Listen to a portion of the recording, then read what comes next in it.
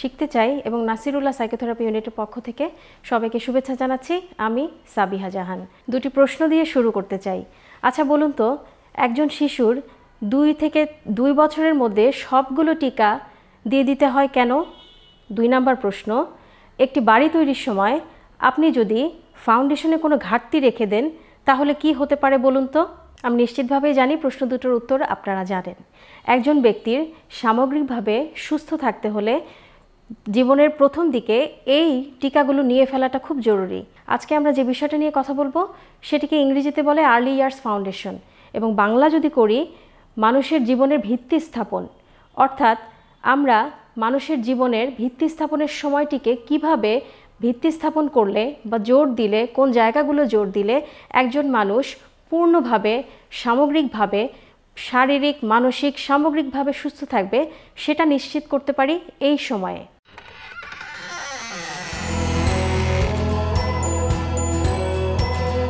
এখন আপনাদের মনে প্রশ্ন জাগতে পারে, একটি শিশুকে টিকা দিচ্ছি, তাকে খাবার খাওয়াচ্ছি, তার সুস্থতা নিশ্চিত করছি, এগুলোই কি নিশ্চিত করে না যে আমি বাকি জীবন কেমন থাকবো বা আমার বাচ্চাটা কেমন থাকবে? আমরা বলবো অবশ্যই, তার কেবল শারীরিক সুস্থতাকে নির্দেশ করবে।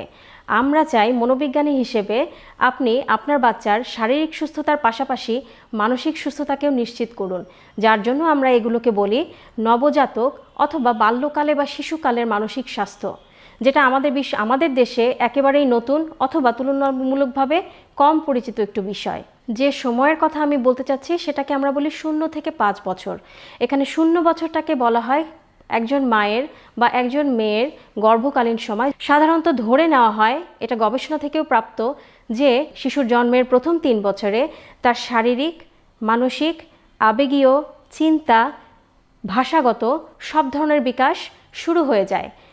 3 থেকে 5 বছরে এটা কেবল চলমান থাকে বা পরবর্তী সময়ের জন্য তাকে তৈরি করে দেয়। আমাদের মধ্যে কিছু ভুল ধরানোর জন্য এই বিষয়ে জোর দেওয়াটা আরও গুরুত্বপূর্ণ বলে মনে করি আমরা। যেমন শিশু এখনও ছোট আছে, ও আস্তে আস্তে শিখে যাবে, একা একা খাওয়ার সময় হলেই শিখে যাবে। এগুলোকে আমরা বলি কিছু একপেশে চিন্তার ফসল। আমরা বিশ্বাস করি একটা শিশুর মধ্যে 5 বছরের মধ্যেই তার ব্যক্তিত্ব গঠনের সমস্ত উপাদান, সমস্ত কিছু তৈরি হয়ে যায়। এক্ষেত্রে বাবা মা হিসেবে বোঝার এবং অনুশীলনের কিছু ঘাটতি থেকে যায় বলে আমরা লক্ষ্য করি। কি করতে পারি তাহলে? প্রথম, আমরা গর্ভকালীন সময়ে সুস্থ থাকতে পারি। গর্ভকালীন সময়ে একজন মার শারীরিক, মানসিক এবং তার সমস্ত আরাম আয়াসকে প্রাধান্য দিতে পারি এমনভাবে সে নিজে যেন সুস্থ থাকে, তার বাচ্চার জন্য সে যেন নিজেকে প্রস্তুত করতে পারে। অনেক সময় দেখা যায় যে এই সময়টাতে মার মধ্যে কোনো কিছু যদি সমস্যা দেখা দেয় বা তার মধ্যে কোনো হতাশা দেখা দেয়, এর প্রতিফলন বাচ্চার মধ্যে পড়বে, যা পরবর্তীতে তার জীবনেও পড়তে পারে। দ্বিতীয়ত, 5 বছরের মধ্যে বিকাশের যে স্তরগুলো একজন মানুষকে পার হতে হয় সেগুলো সম্পর্কে সঠিকভাবে জানা এবং সেই অনুযায়ী প্রতিক্রিয়া করা। যেমন কোনো শিশু যদি 18 থেকে 24 মাসের মধ্যে কথা বলতে না পারে, আমরা এটাকে একটা রেড মার্ক হিসেবে ধরি এবং মনে করি এর প্রতি ব্যবস্থা নেওয়া জরুরি। তৃতীয়ত, সব বয়সের একটা চাহিদা থাকে। বাবা মা হিসেবে আমাদের সেই চাহিদাটা বুঝতে হবে এবং সেই অনুযায়ী প্রতিক্রিয়া করতে হবে।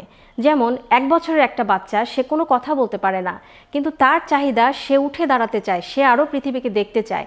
এখন যদি আমরা তার হাতটা না ধরি, তাকে উঠে দাঁড়ানোর মতো সুযোগ না দেই, তাহলে কিন্তু হবে না। শিশু থেকে 5 বছর বয়সী বাচ্চারা কিভাবে শেখে সেই বিষয়গুলো আমরা জেনে নিতে পারি। সাধারণত এই বয়সের বাচ্চারা সামনে যারা আছে তাদেরকে দেখে, পর্যবেক্ষণ করে, অনুকরণ করে, কিছু পরীক্ষা নিরীক্ষাও করে এবং কাজের মাধ্যমে সবচেয়ে বেশি তারা শিখে থাকে। আমরা এই বিষয়গুলোকে জোর দিতে পারি। বাচ্চার সাথে বিভিন্ন কর্মকাণ্ডে জড়িয়ে যাওয়া খুব জরুরি।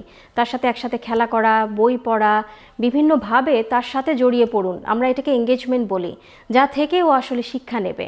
বাচ্চার সাথে একজন মানুষ, বাবা মা অথবা প্রাথমিক যত্নকারীর একটা নিরাপদ এবং মজবুত বন্ধন গড়ে তোলাটা খুব জরুরি।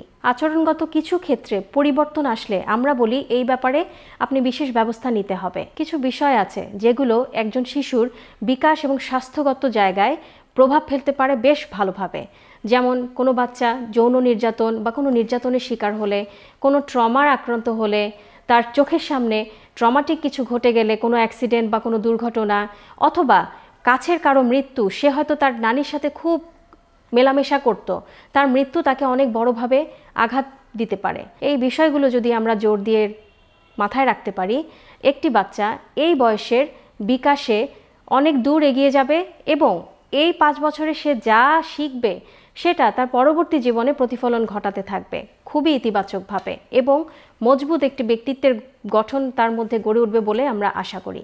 নবজাতক এবং শিশুকালের মানসিক স্বাস্থ্য নিয়ে কিছু কথা বললাম, আশা করি আপনাদের উপকারে আসবে এবং আমাদেরকে আপনারা আপনাদের কথাগুলো জানাবেন, আপনাদের চাহিদাগুলো জানাবেন। আমাদের ভিডিওগুলো দেখুন, আপনারা আমাদের ভিডিওগুলোতে মতামত দিন, ভালো লাগলে একটি লাইক দিন এবং আমাদেরকে ফিডব্যাক দিন, যাতে করে আমরা আরও অনেক দূর যেতে পারি, আপনাদের আরও অনেক বেশি সাহায্য করতে পারি, আরও সচেতন করে তুলতে পারি।